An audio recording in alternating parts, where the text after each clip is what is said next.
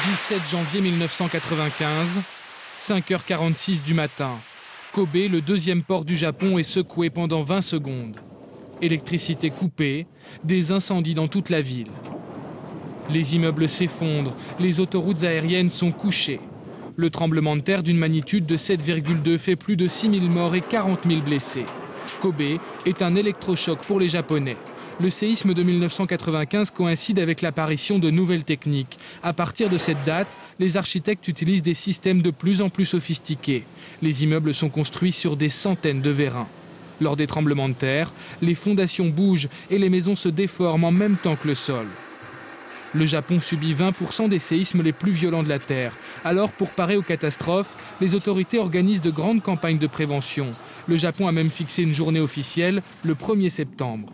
Ici, une machine simule un tremblement de terre. Je ne me sentais pas bien. Chaque fois qu'il y a un petit tremblement de terre ici, ça me replonge dans l'atmosphère de Kobe. Je m'en souviens parfaitement. Les entreprises, les écoles organisent régulièrement des exercices.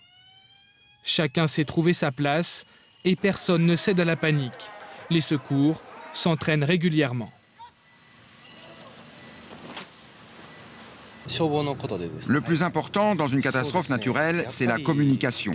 À Kobe, on n'était pas assez préparé, pas assez équipé. Mais depuis, on a fait le maximum d'efforts.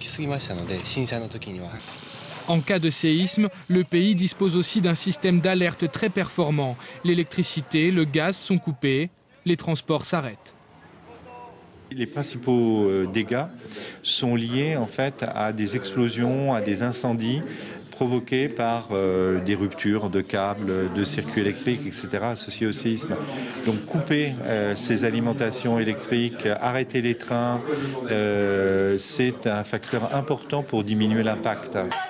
L'organisation des Japonais a jusqu'à présent permis d'éviter la même catastrophe qu'en 1923. Le séisme de Kanto, dans la région de Tokyo, le plus puissant du XXe siècle, avait fait 140 000 morts et rasé les 3/4 de la capitale.